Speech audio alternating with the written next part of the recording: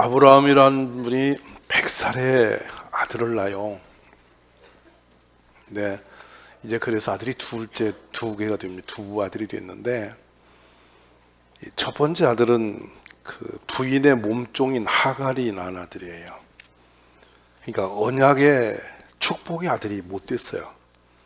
근데 나이가 90이 다 돼가는 할머니가 애를 낳는 건 상상이 안 되니까 80이 되어서 이렇게 몸종에게 아이를 낳게 했단 말이에요.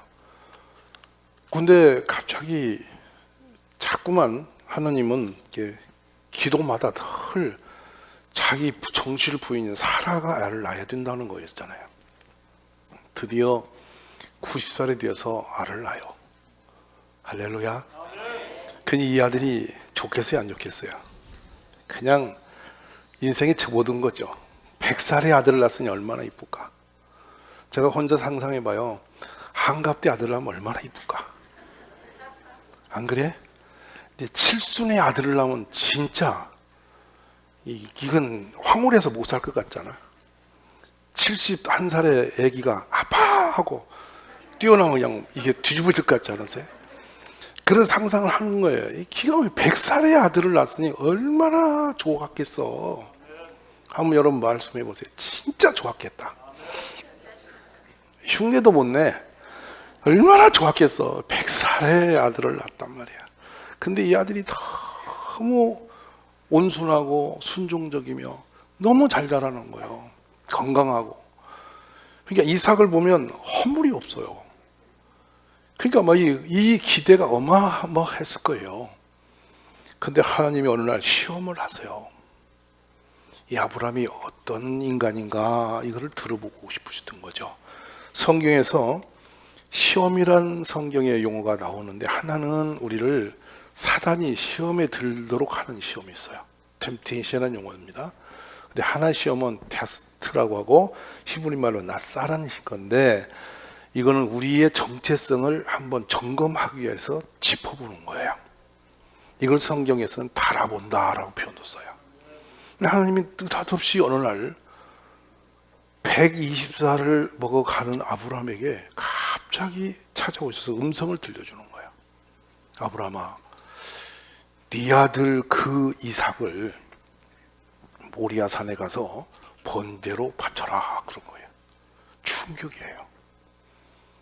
하나님이 이런 시험을 성경에 여러 곳에서 하셨는데, 시험 당하는 사람은 이게 시험인지 모르고 당합니다. 일상이니까. 갑자기 여러분에게 이렇게 해보세요라고 하는 것이 시험인 줄 모르죠. 일상에 들리는 얘기로 여기는데, 그때 우리가 점검받는 거야. 그러니까 시험에 이기지 못할 수 있어요.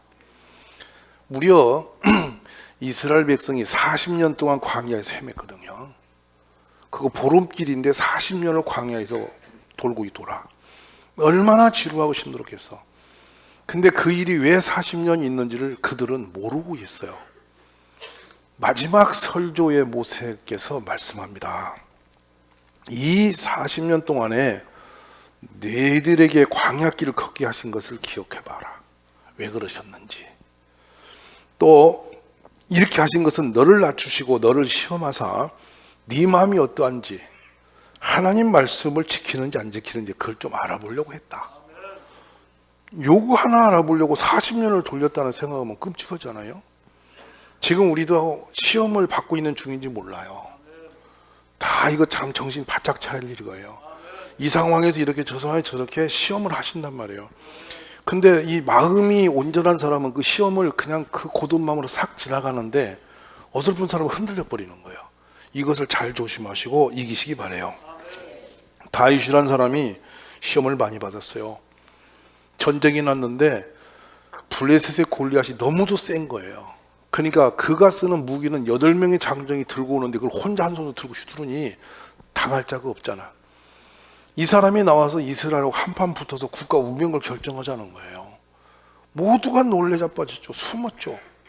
근데 형들이 살았나 죽었나 그거 문안 보내려고 도시락 들고 나타났는데, 그 모습 보고 어린 다윗이 흥분합니다. 아니, 어떻게 살아계신 하나님의 군대를 할례도 한번 이방 사람이 저렇게 멸시할 수 있지? 이건 말이 안 되지. 신앙이죠. 그래가지고 내가 나가서 한번 붙자고 해갖고 다윗이 뛰나가요. 근데 나갈 때 저쪽은 그 큰 장도를 가지고 있는데 이 다윗은 돌멩이 5개 주머니 넣어가지고 이 가죽 뱅뱅 돌리다 놓으면 가죽에서 돌이 날아가는 그거 물매라는 걸 들고 나가는 거예요. 장난감을 갖고 나간 셈이에요. 근데 이 물맷돌에 그대로 한 방에 그냥 골리앗이 이마를 맞고 죽어버리는 거예요. 기적이 일어났죠. 그래서 사람들은 다윗을 그때 영웅으로 봅니다. 시대의 역사를 바꿔버리는 거예요. 근데 다윗이 이것이 시험인지 몰랐던 거예요. 이겼죠. 두 번째, 그렇게도 인기가 폭등하니까 현직에 있던 임금 사울이 다윗을 살려놓고는 자기가 왕자리가 재미가 없어. 국민이 임금님 박수 쳐줘야 되는데 다윗에게 박수 치고 있으니 임금님이 살 맛이 나냐고.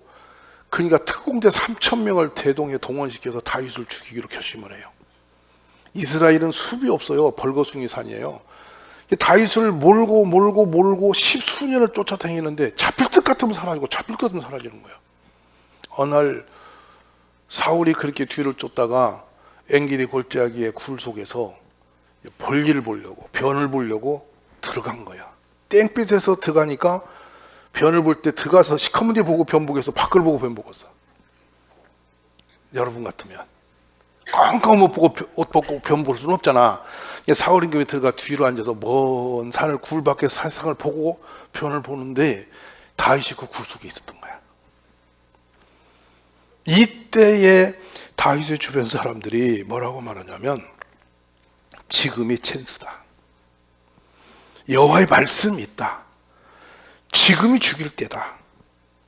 이렇게 하면서 성경 말씀까지 주십니다. 여호와께서 당신에게 이르시기를 내가 원수를 내 손에 넘기느니 내 생각에 좋은 대로 그에게 해라.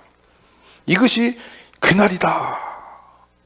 다윗이 일어납니다. 그리고 칼을 뽑아 가는데 차마 사울을 죽이지 못하고 이 옷자락 끝을 조금 잘라갖고 숨었어요. 사울이 이제 나왔습니다. 사울이 내려가는 걸 보고 다윗이 언덕 높은 산 올라가서 밑에다 대고 왕에게 고백을 해요. 내가 옷 자른 것을 용서하라고. 하나님의 기름 부은 사람을 내가 건드린 것은 내가 잘못한 거라고. 그 시험을 다시 이겨요. 거기서 처단하면 고난도 끝나고 다 주변에서 그러라고 몰아댔는데도 다윗은 하나님 때문에 칼을 쓰지 않았단 말이에요. 이게 다윗이 성공한 시험대의 문턱이었어요. 이후로 다윗은 점점 강해지면서 훗날의 위대한 왕자리까지 가버립니다. 하나님이 그리 아신 거죠. 우리 모두에게 이런 시험이 있음을 항상 인식하세요. 결정적일 때마다 시험대에 우리를 올려놓으시고 하나님은 쓸데없는 사람에게 시험거리를 안 주세요. 쓸 사람만 달아보세요. 이거를 잘 분별하심이 있기를 주의 이름으로 축원합니다. 다니엘이라는 소년이 있었습니다. 이 소년이 나라가 망한 뒤에 포로가 되었는데 학문과 지혜와 충성됨이 남다르고 용모가 준수한 청년들을 뽑는데 거의 뽑혀요. 그만큼 탁월한 소년이야. 근데 당시대에 최고의 권세를 가진 사람은 느부갓네살의 임금이었습니다. 여러분이 그분을 만나고 싶으면 그 유적이 영국 대영 제국의 박물관에 딱 들어가면 오른쪽에 쫙 펴랑바위 그분 유적이에요. 영국에서 뜯어다가 붙여놨으니까. 바벨론이 당대 지구촌에 가장 막강한 군사력을 가졌어요. 얼마나 무서운 사람들이냐면 창을 8m 창 끝에 날카로운 삼지창을 걸고 군대가 1m로 어깨를 쭉 묶어서 앞에다 창을 딱 어깨에다 걸고 줄 서서 가버리면 저쪽에 있는 사람은 다 그냥 그대로 밀고 가버리면 저쪽에서는 당할 자가 아무도 없는 거예요. 그런 무시무시한 군대를 동원했던 최고의 전략가였어요. 근데 그 임금이 이 청년들에게 자기 밥상에서 먹는 좋은 걸 주어서 마음을 사기 위해서 그걸 먹이겠다는 거예요. 그런데 어린 소년이 뜻을 정해서 임금의 그 왕실에 나온 포도와 음식을 통해서 내 몸을 더럽히지 않겠다고 거절해버립니다. 시험이에요. 이걸 이김으로 다니엘은 대대로 나라가 3번 무너지는데도 최고의 총리로서의 권세를 갖고 살아요. 할렐루야. 이런 권세는 시험을 이긴 자의 축복임을 이해하시기 바랍니다. 근데 지금 아브라함이 시험을 당하고 있죠. 22장 1절에 보면 그 일 후에 하나님이 아브라함을 시험하시려고 그를 부르시되 아브라함 하시니 아브라함이 대답합니다. 내가 여기 있습니다. 자, 네 아들 너희 사랑하는 독자 이삭을 데리고 모리아 땅으로 가서 내가 너에게 일러준 한 산 거기서 그를 번제로 바쳐라. 여러분, 이 말씀을 들을 때 아브라함이 어떤 생각이 들었겠어요? 100살에 나서 이제 막 청년으로 꽃처럼 커가는데 이 아들을 번제단이 뭐요? 배를 가르고 창자를 꺼내고 고기를 각을 떠서 불태워 주는 겁니다. 이렇게 내놓으라고? 이 말을 들었을 때 다 100% 시험 들고 뒤집어질 일이에요. 근데 이것을 아브라함의 입장에서는 누구라고 이름을 안 했으면 그 하갈이 난 이스마엘을 잡아갈 수 있어. 너무 이 아들은 귀한 아들이니까. 그건 제 생각이 아니? 성경은 아닌데 그럴 수 있다고 인간적으로 판단해 보는 거야. 근데 딱 그 아들 이삭이라 이름까지 지정해서 그런 대로 오라는 거야. 아니, 주실 때는 언제고 내놓으라는 건 언제인데 하필을 왜 그렇게 처참하게 아비 손으로 칼질을 해서 죽여서 내놓으라고 하시나, 이런 생각이 안 왔겠냐 이 말이야. 근데요, 이 아브라함이 아침에 일찍 일어납니다. 나귀의 안장을 올리고 종 둘을 데리고 이삭을 가자고 끌고 갑니다. 그리고 번제에 쓸 나무를 쪼개더니 하나님이 자기 일러준 그곳으로 그걸 메고 가요. 근데 저기 보니, 멀리 바라보니까 3일째 뒤에서 보니까 거기가 아들을 죽일 곳이 있는 거예요. 이게 모리아 산입니다. 지금은 이스라엘에 가시면 성전이 난 중앙의 언덕 위에, 거기에 이제 정처 없이 가서 바라보니 기가 막히죠. 그러다가 종들을 불러서 너희는 여기까지만 와라, 나하고 아들하고 간다 이라고 그 장닭을 짐을 만들어서 아들 이삭의 등에 매게 하고 자기는 뒤에서 따라가는데 그 손에 뭐가 있냐면 불과 칼을 들고 있습니다. 이 칼은 아들의 목을 찔러 배를 갈라서 각을 떠서 널어서 나무에다 걸쳐야 할 그 칼이에요. 한쪽엔 불인데 이 불은 아들을 불에 질러 태워야 할 불이에요. 이 불을 들고 날아가는데 그 마음이 얼마나 기가 막혔겠어요. 얼마나 아비로서 참 이 마음이 기가 찼겠어요. 근데 둘이 이제 모리아 산을 올라가는데요, 이삭이 아버지에게 말을 합니다. 여러분, 이 장면이 우리를 정말 울리는 장면이에요. 어떤 장면 보세요. 그냥 아버지 이렇게 부르는 것하고 내 아버지요 이렇게 부르는 거 달라요. 내 아버지. 그 하나밖에 없는 그 아들이 그 장작을, 지가 태워져 죽을 장작을 뭣도 모르고 지금 메고 앞에 가면서 내 아버지요 그렇게 불러. 그러니까 내 아들아, 내가 여기 있다. 그러니 아들이 말합니다. 불과 나무는 여기 있는데 태워 죽일 번제는 어디 있습니까? 이렇게 물어. 그때 아브라함이 기가 막혀납니다. 하나님이 당신을 위하여 친히 준비하셨을 거다. 이건 자신의 소망이에요. 현실은 이 아들을 지금 갖다 올려야 되는데 이 아들 말고 하나님이 다른 재물을 준비했으면 얼마나 좋을까. 그 얘기를 이렇게 하고 있는 거예요. 아들은 자기가 지금 태워져 죽을지도 모르고 그거 재물이 된지도 모르고 아버지 그 말을 믿고 끄덕끄덕 갔는데, 진짜 아버지가 장작을 쌓아놓더니 아들을 묶어요. 묶어서 장작 위에다 올려놓고 불을 켜려고 하는데 칼을 뽑습니다. 잡으려고. 근데 그때 하나님 음성이 들려요. 아브라함아, 잠깐 멈춰라.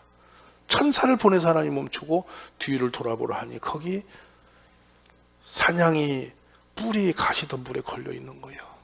그걸 잡아 올리고 네 아들을 내리라 한 거라.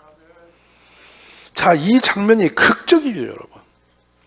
근데 이렇게 아브라함이 칼을 뽑아서 자기 아들을 하나님의 그냥 말씀대로 죽여서 불에 태우려고 탁 손을 들었을 때 거기까지 스탑하신 하나님이에요.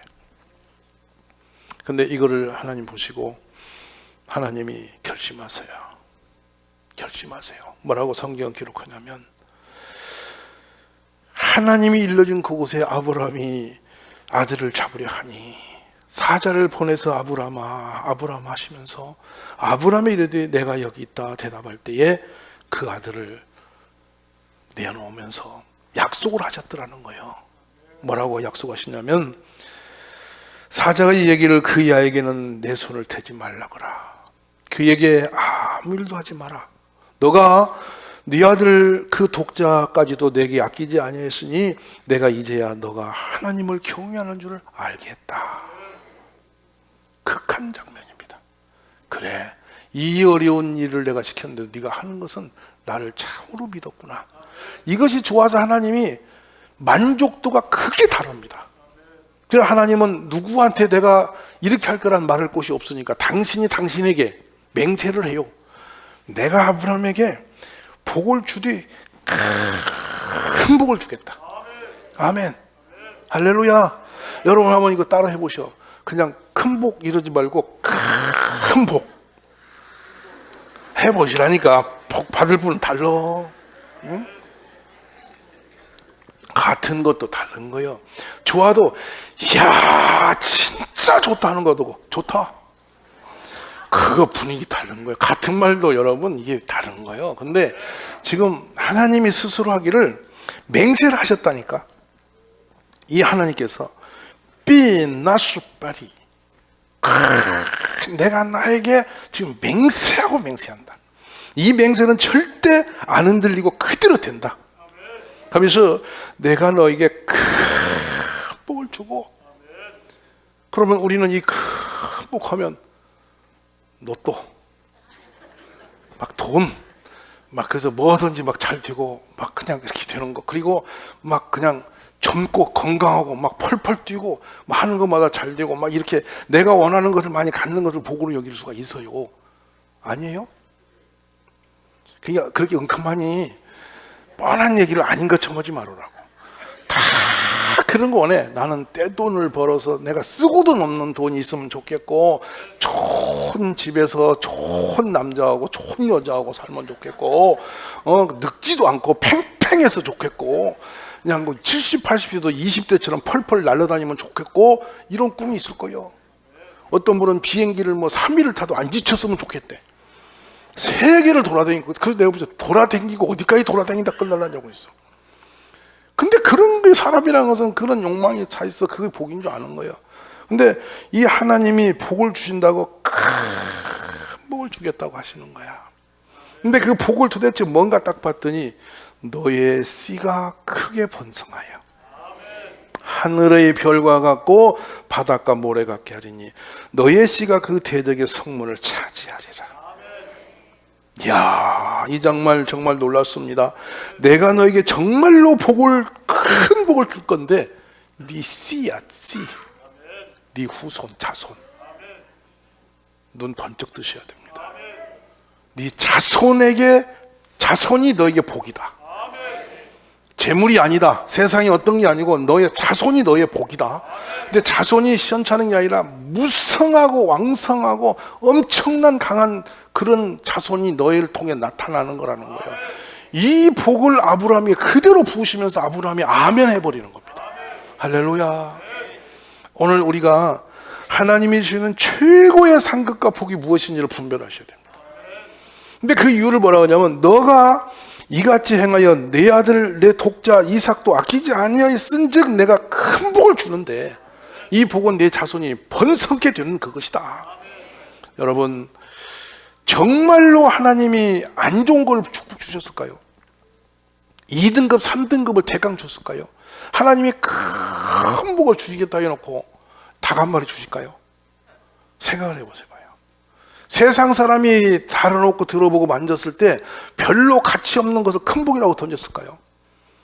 하나님이 천지를 지신 하나님이 주실 수 있는 최상의 복은 우리의 자손이라는 뜻입니다. 할렐루야. 자손이 나보다 더 강하고 나보다 더 번성하고 나보다 더 지혜롭고 더 세고 좋은 더 훌륭한 인재들을 우리 품에서 키워낼 수 있는 것보다 큰 복은 없다는 거예요. 1번 복이에요. 1번 복. 오늘 우리가 이 눈을 여시기를 주의 이름으로 축원합니다. 여기 하나님이 반드시란 용어를 쓰시면서 확신을 합니다. 내가 한다. 근데 너의 씨를 크게 번성케 한다 이 말이에요. 아멘입니까? 이 자손에 대한 말씀을 그대로 아브라함에게 부으시면서 이제 내 씨가 어느 정도냐, 하늘의 별같이 바닷가의 모래 같게 너시가 그 대적의 성문을 차지할 것이다. 근데 여기서 우리가 지금 이 현대적으로 이 말씀을 그대로 가져오면요, 큰아들 하갈이 낳았던 자손이 누구냐면 아라비아 족속들의 지금 무슬림들입니다. 그게 무슬림이에요. 근데 그들은 이 말씀을 믿어서 제한 없이 애를 계속 낳습니다. 지구촌에 지금 가장 왕성하게 숫자가 불고 있는 게 무슬림들입니다. 근데 그들은 에너지와 돈을 지금 쥐고 전 세계를 쳐들어가고 있습니다. 가다피가 한 말이 있습니다. 프랑스하고 전쟁할 것 하나도 없다. 우리는 열심히 애만 낳아서 배 태워서 지중해만 건너면 된다 그랬거든. 전부 다 웃었어. 이게 무슨 소린가. 뭐로 전쟁하냐. 사람만 낳아서 보내리. 이게 가다피의 정책이었어요. 근데 지금 프랑스 남부 가름다운 해변에 가면 온 동네가 다 무슬림 사람들이 살고 프랑스에서 사람은 다 넘어갔습니다. 현실입니다, 여러분.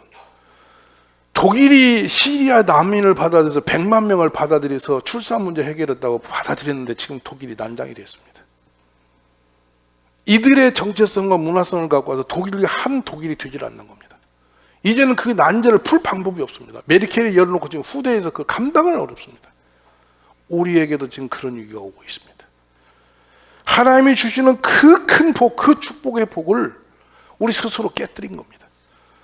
여러분, 세계를 다녀보면서 뭘 보냐면 그 민족성을 가서 보이시죠.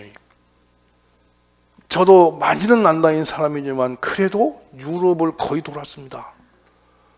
미국 서부로 남부로 팽 돌아서 많은 사람들을 교제하고 만나고 알고 지냅니다. 근데요, 한국 사람만큼 야분인 사람이 없어요. 우리나라 사람만큼 야무딱진 사람이 없다고.